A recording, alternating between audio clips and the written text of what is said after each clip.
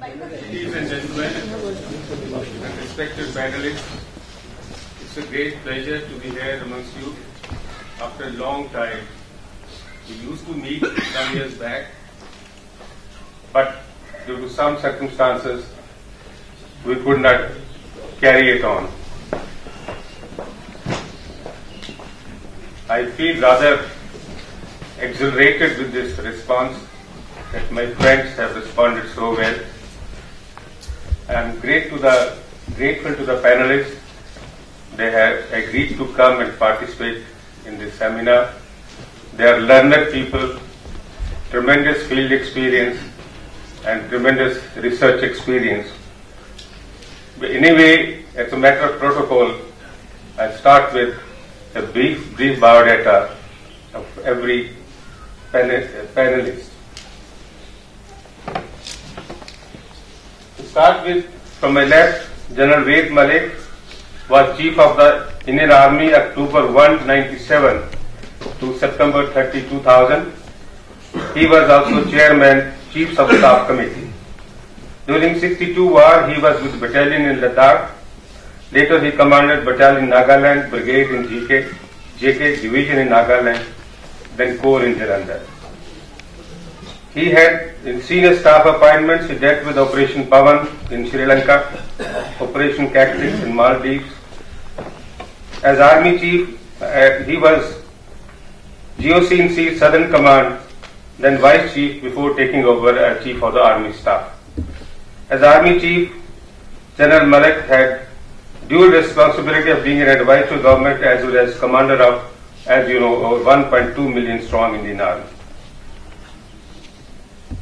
In July 1999, he planned and coordinated and oversaw execution of Operation Vijay to successfully defeat Pakistan's attempted intrusion in Kargil and Siachen sector. General Malik was awarded Ati Vishish Seva Medal, Param Vishish Seva Medal, and number of other honors like Distinguished Fellowship. He is the writer of many books, recently being Kargil from Surprise to Victory, then edited Defense Planning Problems and Prospectus. He has been visiting professor and research faculty members and giving lectures at various institutions and contributing a lot of articles to the newspapers. Then Bharat Karnadji, he is a professor in the National Security Studies at the Center for Policy Research, New Delhi, and author of several books, among them India's Rise, Why It Is Not a Great Power, Yet It's Forthcoming, Nuclear Weapons and Indian Security, India's Nuclear Palace Policy. He was also member of the first National Security Advisory Board. He has been visiting scholar at Princeton University, University of Pennsylvania, University of Illinois, Shanghai Institute of International Studies, Henry L. Stimson Center. He lectures at core program National War College, High Command course, and he has given talks at U.S. State Department, Brookings Institution, Heritage Foundation, Atlantic Council, and various other Institute of Strategic Studies, even in Islamabad, and Institute of Strategic International Studies, Singapore. He has also been involved in Track 2 channel with US, China, and Pakistan. Air Chief Marshal Anil Tipnis was Chief of the Indian Air Force for January 1, 1999 to 31st December 01, and that when the Kargil war took place, he was then Chief of the Air Staff. He started as a young fighter pilot in Ambala in 1962, flying the British Hawker and a Hunter. He was Air Force Commanding Headquarters JNK. Thereafter, he was Senior Air Staff Officer. He was EOC in Western Command before he took over as Chief of the Indian Air Force. Shri Partha Sarthi ji, he retired from service May 2000. Prior to his entry into Indian Foreign Service, he was a commissioned officer, my batchmate, in the Indian Army 63 to 68. He served as Ambassador of India to Myanmar, High Commissioner of India to Australia, High Commissioner of India to Pakistan. He has been a member of number of delegations in several international conferences. Mr. Parthasarathi is presently visiting professor in the Center for Policy Research at New Delhi. He is also visiting professor for International Relations, University of Punjab, senior fellow at Center for Strategic and International Studies. His main areas of interest are developments in India's neighborhood and issues of economic integration, energy, national security and terrorism. He is widely read columnist, writing for a number of newspapers. He is on the panel of experts from India on track to dialogue with ASEAN. He is also a member of Indian delegation to high-level Indo-US strategic dialogue, and he is a member of task force to review national security structures, which was set up by the Union Cabinet in 2011. We have another speaker, Shri Ram Madhavji. I will introduce him when he comes. He is a little late. Now, I am nobody before these learned panelists, but anyway, I would like to say a few words as introductory to the seminar. I hope you like it. You know, as the seminar indicates, we have assembled here to discuss and analyze as to where do we stand today after the 1962 debacle. The nation was jolted and humiliated in 1962, and whatever we talk of our strengths and capability as on today are in the backdrop of 1962 shape. However, we are proud of our army who fought tooth and nail in spite of extreme handicaps. It is a recorded fact that wherever our local commanders were decisive and bold, the Jawans gave an exemplary account of themselves. As in today, our relations with China are apparently cordial. Trade volume is increasing fast, may go up to 100 million in 2015. But the circumstances change, the situations change when a particular nation becomes hegemonic and have expansionist designs. Now we are facing new emerging threats which were not visualized a few years back. To illustrate, recently there was an editorial in Global Times, a tabloid of People's Daily group mouthpiece of Communist Party of China, which said that India seemed to believe that China would defer to it on territorial disputes. Dismissing this as wishful thinking, it stressed that China won't make any compromises in its border disputes with India. As our strategic experts believe, Arunachal is strategically located. Its control will enable the Chinese to militarily overrun Brahmaputra Valley. You know, in 2006, the Beijing's ambassador to India told Indian television that the whole of the state of Arunachal Pradesh is Chinese territory. A few months later, China refused to issue a visa to an Indian civil servant from Arunachal on the grounds that he was from Chinese territory and hence did not require a visa. Again, an article appeared in Chinese language in 2009 in China, which captioned as, "If China takes a little action, the so-called Great Indian Federation can be broken up." This is a Chinese article in China. The authoritative host site is located in Beijing and represents the China International Institute of Strategic Studies. The writer of the article, Zhang Lui, claims that Beijing's China-centric policy, China-centric Asian strategy, provides for splitting of India. We have heard of, strategic experts have heard of China's string of pearls. I have only read it and I saved a few words on it. In July 2006, in a study entitled String of Pearls, Meeting the Challenge of China's Rising Power across the Asian Littorals, American analyst Lieutenant Colonel Christopher J. Pearson said, "The geographical strategy dubbed as the String of Pearls is arising as foreign oil becomes center of gravity, critical to China's energy needs.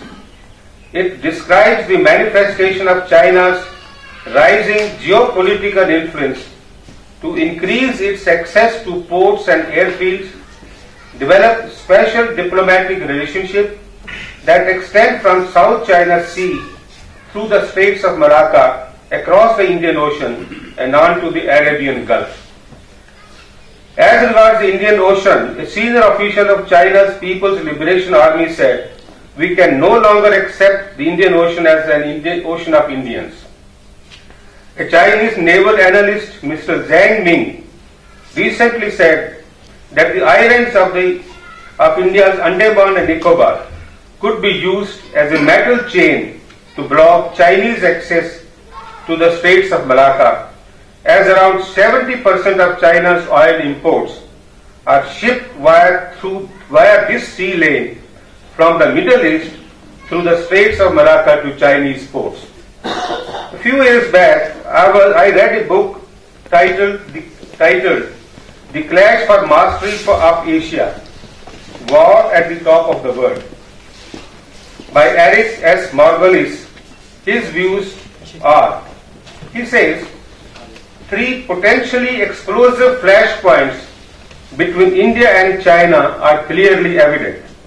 That is, strategic Tibet at the midpoint of their long disputed Himalayan border, isolated remote Burma, and the waters of eastern Indian Ocean.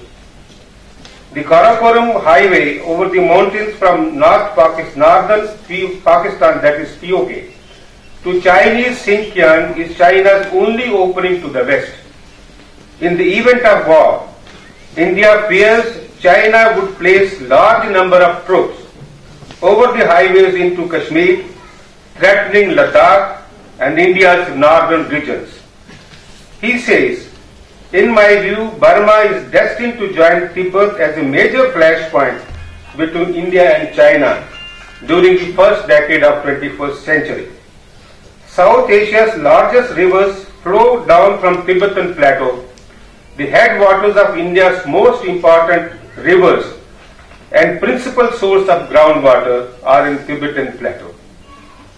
He further says, as US power in Asia recedes, that of China must advance apace. India is the only Asian power that appears determined to actively contest China's self-appointed domination of the region. India and China are on a geopolitical collision course in Himalayas, in strategic Burma, and over waters of eastern end of the Indian Ocean. These two giants regard one another as the primary strategic commercial threat. If China's history is any guide to its future actions, whatever leadership emerges in Beijing over the next decade, they may be tempted as Mao was in 1962 to teach a lesson to increasingly self-assertive India. I may also quote from 97 US Defense Study Department report, which says that China will continue to build its military power to the point where it can engage and defeat any potential enemy in East Asia, and it is developing capability to fight short duration, high intensity wars in the region. Further said, when China and India reach South Korea's current level of per capita energy, likely within next 30 years, their combined demand for oil will amount to 120 billion barrels daily. At present, the entire globe consumes 60 to 70 billion barrels of oil each day.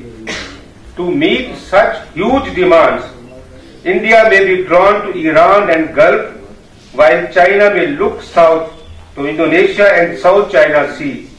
Both superpowers will compete to dominate the vast but so far unexploited oil and gas reserves in unstable Central Asia.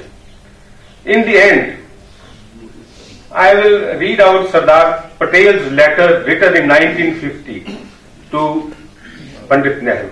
It is worth reading and I think worth thinking about it. He wrote on 7th November 1950. He said, the Chinese government has tried to delude us by professions of peaceful intentions. My own feeling is that at a crucial period, they managed to instill into our ambassador a false sense of confidence in their so-called desire to settle the Tibetan problem by peaceful means.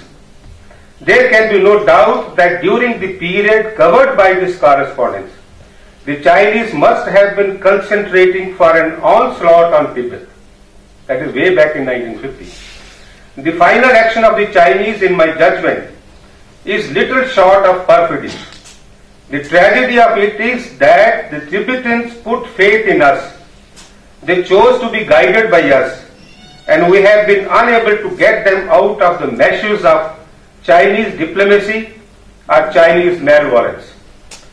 The last telegram to us is an act of gross discourtesy, not only in the summary way it disposes of our protest against the entry of Chinese forces into Tibet, but also in the wide insinuation that our attitude is determined by foreign influences. It looks as though it is not a friend speaking in that language, but a potential enemy.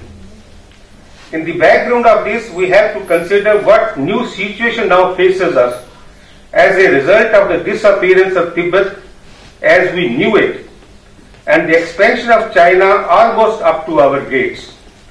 We can therefore safely assume that very soon they will disown all the stipulations which Tibet has entered into with us in the past. While our western and northwestern threat to security is still as prominent as before, a new threat has developed from the north and northeast.